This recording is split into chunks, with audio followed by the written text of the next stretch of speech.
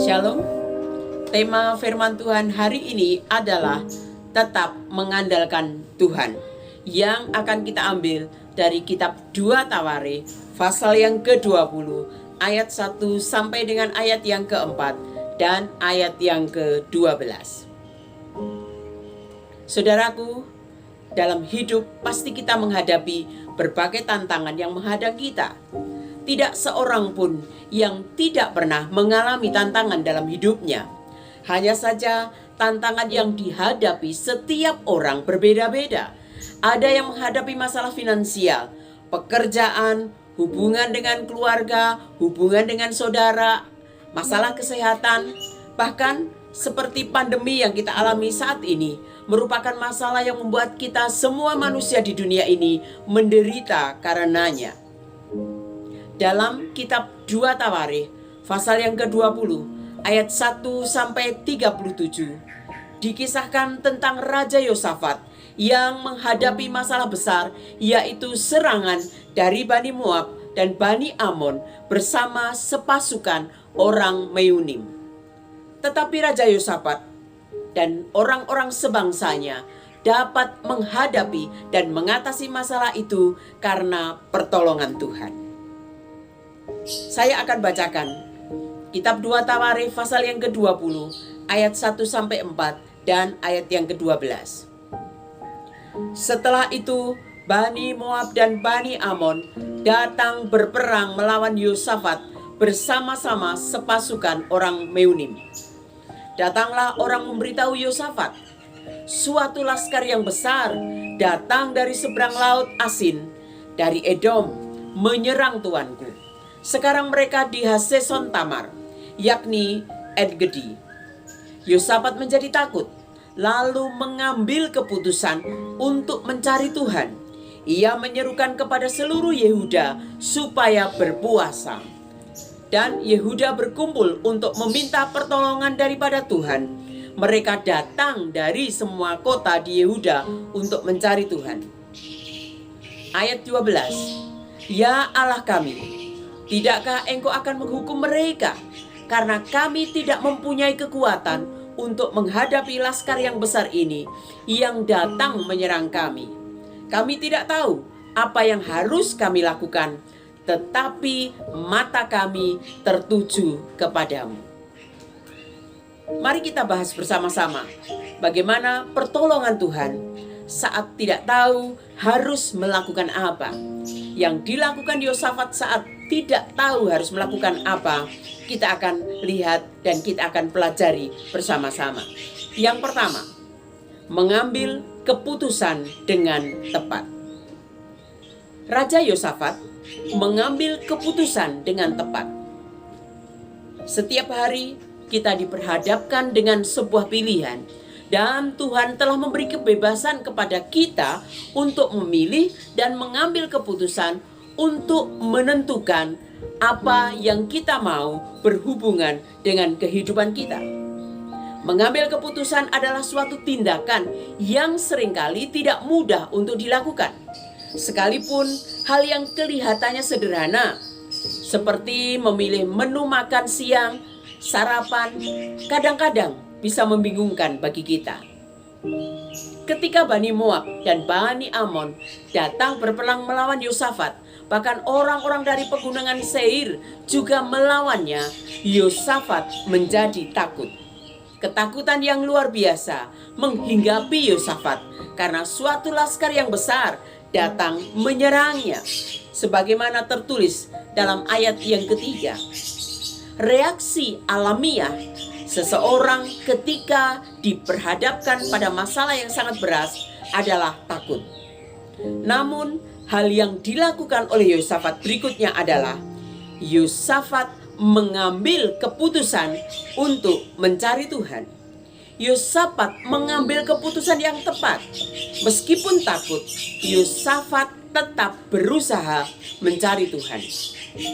Yosafat pada saat itu memiliki banyak alternatif pertolongan. Ia dapat meminta bantuan dari kerajaan lainnya.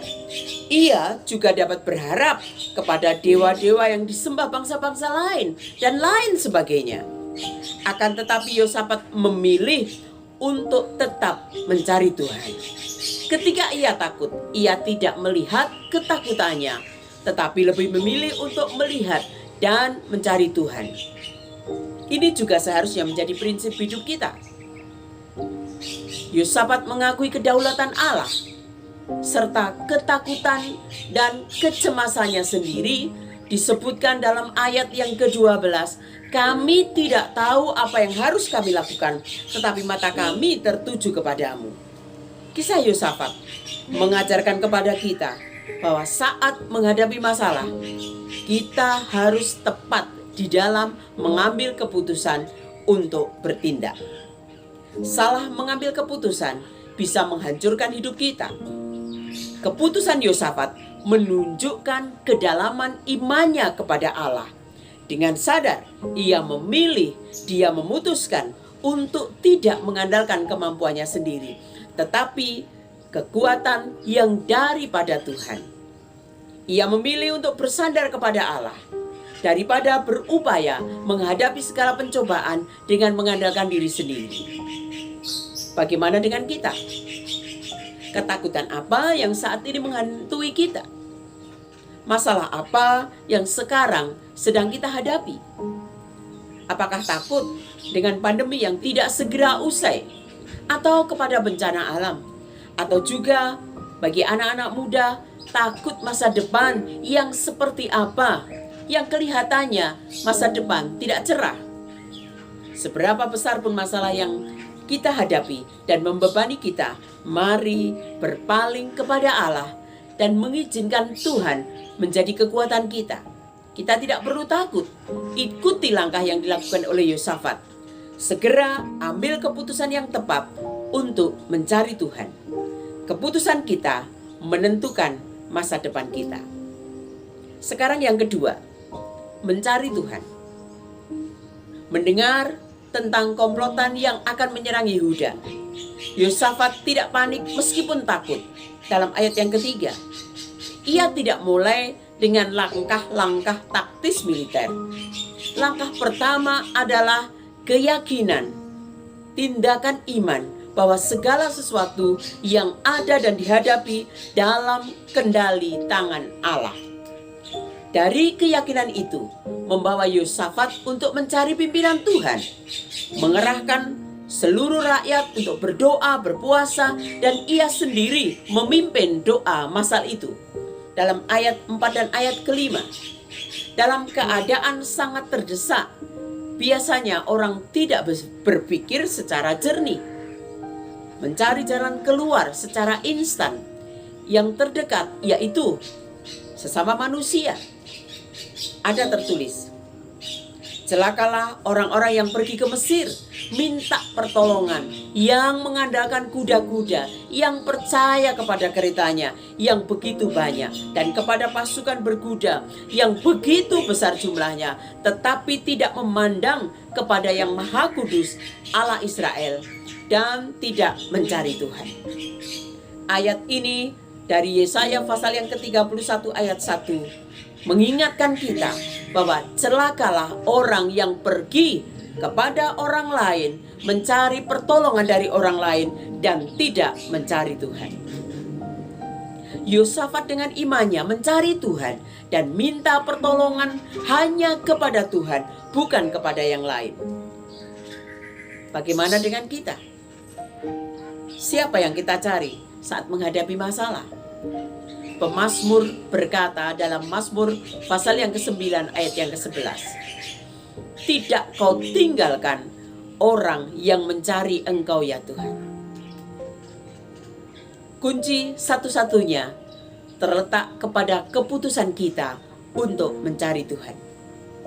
Matius 6 ayat yang ke-33 mengingatkan, tetapi carilah dahulu kerajaan Allah dan kebenarannya, maka semuanya itu akan ditambahkan kepadamu. Yesaya 55 ayat yang ke-6 juga mengatakan, carilah Tuhan selama ia berkenan ditemui, berserulah kepadanya selama ia dekat. Ada 3 hal yang dilakukan oleh Yosafat dalam dia mencari Tuhan.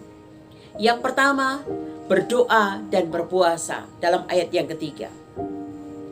Doanya dimulai dengan mengakui fakta yang sering orang lupakan, yaitu pengakuan bahwa Allah berkuasa penuh dan semua kuasa di bumi ini takluk dan tunduk kepada kehendak Tuhan.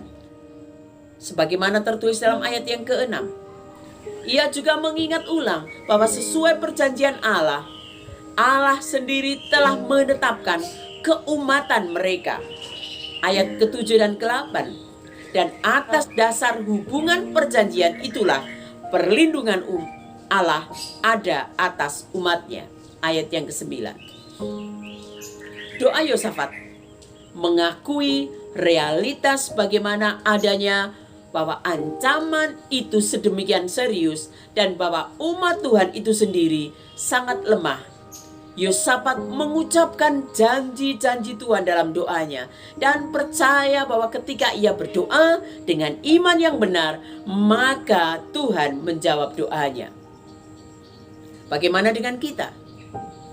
Pertolongan, mujizat, berkat, dan segala sesuatu yang pernah dikerjakan Tuhan, yang kita dengar, kita lihat, dan kita alami, kita ingat dan ucapkan kembali dalam kita berdoa. Sehingga hal itu akan menumbuhkan kembali iman dan memberikan fokus kerajaan Allah dalam mengatasi masalah yang seringkali membuat kita menjadi takut. Allah mendengar dan merespon terhadap doa mereka. Yehasiel, yang artinya adalah visi dari Allah, bernubuat bahwa perang itu adalah perang Allah. Karena itu kemenangan sudah terlihat. Meski saat itu bahaya masih ganas mengancam mereka. Ayat 13-17. Raja bersama semua orang Yehuda berhenti makan dan meminta pertolongan kepada Allah. Yosafat mengajak seluruh penduduk Yehuda untuk merendahkan diri di hadapan Tuhan dengan berdoa dan berpuasa. Yang kedua, mereka berkumpul sehati dan bersepakat. Yosafat tidak mencari Tuhan sendiri, tetapi mengajak seluruh rakyatnya. Sebagaimana tertulis dalam ayat 3, ayat 4, dan ayat yang ke-13. Ayat yang 13 mengatakan, sementara itu seluruh Yehuda berdiri di hadapan Tuhan, juga segenap keluarga mereka dengan istri dan anak-anak mereka. Dalam ketakutan yang sangat dalam, Raja Yosafat memerintahkan kepada seluruh rakyatnya dan seluruh menterinya supaya mereka mengadakan mezbah keluarga.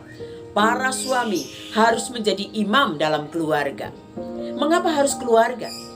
Karena segala sesuatu dimulai dari keluarga. Mari kita perkuat keluarga, maka gereja akan menjadi kuat. Yosafat tidak mau menjadi single fighter dalam hal ini, dalam menghadapi ketakutannya. Ketika kita takut dan kita hanya bertindak seorang diri, maka kita akan menjadi sangat mudah dikalahkan oleh rasa ketakutan itu. Akan tetapi, jika kita menghadapi rasa takut bersama-sama, maka kita akan menjadi lebih kuat daripada sebelumnya. Bahkan dari seluruh kota-kota yang ada, seluruh bangsa datang kepada Tuhan. Sehingga seluruh anggota keluarga juga datang mencari Tuhan dalam ayat yang ke-13. Bagaimana dengan kita? Ini juga menjadi pelajaran bagi kita, agar kita juga hidup dalam komunitas, dalam keluarga yang mendukung kita. Keluarga dan saudara seiman di mana kita beribadah. Bersehati mendatangkan anugerah Allah. Yang berikutnya, Yosafat mencari Tuhan dengan cara memuji Tuhan. Ayat yang ke-21 sampai ayat yang ke-23. Setelah itu, ia berunding dengan rakyat. Ia mengangkat orang-orang yang akan menyanyi nyanyian untuk Tuhan dan memuji Tuhan dalam pakaian kudus yang semarak pada waktu mereka keluar di muka orang-orang bersenjata sambil berkata, nyanyikanlah nyanyian syukur bagi Tuhan, bahwasanya untuk selama-lamanya kasih setianya. Ketika mereka mulai bersorak-sorai dan menyanyikan nyanyian pujian, dibuat Tuhanlah penghadangan terhadap para Bani Amon dan Moab dan orang-orang dari pegunungan Seir yang hendak menyerang Yehuda, sehingga mereka terpukul kalah. Lalu Bani Amon dan Moab berdiri menentang penduduk pegunungan Seir yang hendak menumpas dan memunahkan mereka. Segera sesudah mereka membinasakan penduduk Seir, mereka saling bunuh-membunuh. Yosafat mengumpulkan pasukannya. Dia menempatkan orang-orang yang menyanyikan nyanyian pujian kepada Allah di depan pasukan bersenjatanya. Pada saat mereka mulai menyanyi, Tuhan menghadakan kekacauan di tengah-tengah tentara musuh yang sedang menyerang. Melalui puji-pujian dan sorak-sorai yang dipersembahkan kepada Tuhan, maka Tuhan mulai berperang untuk bangsa Yehuda. Barisan pasukan yang disiapkan Yosafat bukanlah barisan untuk berperang, melainkan untuk memuji-muji Tuhan. Orang melihat perarakanmu ya Allah, perarakan Allahku, Rajaku, ke dalam tempat kudus. Di depan berjalan penyanyi-penyanyi, di belakang pemetik-pemetik kecapi, di tengah-tengah dayang-dayang yang memalu rebana.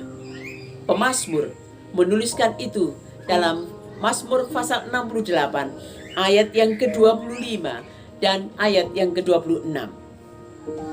Bagaimana dengan kita? Inilah yang juga harus kita lakukan sebagai orang percaya. Mencari Tuhan sebagai jawaban dan sumber pergumulan dan masalah yang kita hadapi. Kekuatan kita terbatas, dan hanya Allah yang dapat memberi pertolongan kepada kita. Saat kita mencari Dia, dengan pujian kita, dengan ucapan syukur kita, maka Tuhan akan memberi pertolongan kepada kita. Yang berikutnya, fokus dan mengandalkan Tuhan. Fokus dan mengandalkan Tuhan. Dalam ayat yang ke-12 dikatakan, "Ya Allah kami, tidakkah Engkau akan menghukum mereka? Karena kami tidak mempunyai kekuatan untuk menghadapi laskar yang besar ini yang datang menyerang kami. Kami tidak tahu apa yang harus kami lakukan, tetapi mata kami tertuju kepadamu." Perhatikan kata "tetapi mata kami tertuju kepadamu". Fokus kepada Tuhan berarti mengandalkan Tuhan dalam segala aspek kehidupan kita. Orang yang mengandalkan Tuhan berarti menyandarkan dan mempercayakan hidupnya kepada Tuhan. Raja Yosafat mengetahui kadar kemampuannya bahwa mereka tidak akan bisa menghadapi laskar Bani Amon dan Bani Moab serta sekumpulan orang Meunim. Dan dengan kekurangan ini Raja Yosafat tidak mencari pertolongan dari yang lainnya atau raja-raja sekitarnya. Raja Yosafat juga tidak terpaku pada masalah yang dihadapinya, tetapi mengingat setiap perbuatan dan karya Allah bagi bangsa Yehuda. Raja Yosafat memiliki iman bahwa Allah akan menolongnya seperti yang sudah pernah terjadi. Bagaimana dengan kita? Kemana fokus kita saat menghadapi masalah? Kepada masalahnya, orang yang dapat menolong kita, atau kepada Tuhan? Mari mata kita hanya tertuju kepada Tuhan. Maka pertolongan Tuhan akan diberikan kepada kita. Yeremia 17 ayat 7 mengatakan, "Diberkatilah orang yang mengandalkan Tuhan dan yang menaruh harapannya kepada Tuhan." Sekarang kita akan lihat hasil apa yang didapat oleh Yosafat dan orang Yehuda. Akhirnya Tuhan menyertai dan memberi kemenangan kepada Yehuda dan Yosafat tanpa mereka harus bertempur. Dikatakan dalam 2 Tawarikh pasal yang ke-20 ayat 22 sampai ayat yang ke-25.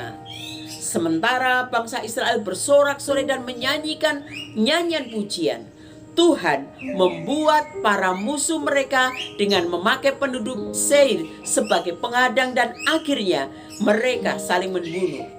Ketika bangsa Yehuda sampai di tempat peninjauan dan melihat ke tempat laskar musuhnya, didapatinya lah mereka semua telah menjadi mayat dan tidak ada yang tersisa. Tidak hanya itu, mereka juga mendapatkan bonus berkat Tuhan. Ayat yang ke-25. Lalu Yosafat dan orang-orangnya turun untuk menjarah barang-barang mereka. Mereka menemukan banyak ternak, harta milik, pakaian, dan barang-barang berharga. Dan mereka rampas itu lebih banyak daripada yang dapat dibawa. 3 hari lamanya mereka menjarah barang-barang itu karena begitu banyaknya. Sudah menjadi kebiasaan pada zaman itu bahwa pihak yang menang dalam peperangan akan mengambil harta benda milik pihak yang kalah. Tuhan sediakan harta kekayaan bagi bangsa Yehuda. Mereka tinggal memungutnya saja. Bukan saja kemenangan dan harta kekayaan yang Tuhan berikan kepada bangsa Yehuda, tetapi Tuhan juga mengaruniakan keamanan. Dalam ayat yang ke-30 disebutkan, dan kerajaan Yosafat amanlah karena Allahnya mengaruniakan keamanan kepadanya di segala penjuru. Betapa tenangnya ketika kita tahu bahwa Tuhanlah yang selalu melindungi dan memberikan keamanan bagi kita. Ketika Anda mengambil keputusan untuk mencari Tuhan, maka seluruh keberadaan saudara dan keluarga saudara dijamin dengan perlindungan Tuhan. Mazmur pasal yang ke-91 ayat yang ke-9. Sebab Tuhan ialah tempat perlindunganmu, yang maha tinggi telah kau buat tempat perteduhan. Sebagai penutup, bangsa Yehuda sedang menghadapi masalah besar, dan mereka sadar tidak cukup kekuatan dan kehabisan cara untuk mengalahkan musuh. Tantangan yang berat dapat menyergap hidup kita kapan saja. Namun, ketakutan dan kebimbangan kita justru memberikan kepada kita kesempatan untuk berpaling kepada Allah yang Maha Kuasa. Mari kita mengambil keputusan yang tepat, mencari Tuhan dengan berdoa dan berpuasa, berkumpul bersehati dengan keluarga dan saudara seiman, dan fokus mengandalkan Tuhan. Dan lihatlah, Allah menyediakan pertolongannya yang ajaib, sekalipun kita tidak tahu harus melakukan apa. Tuhan memberkati.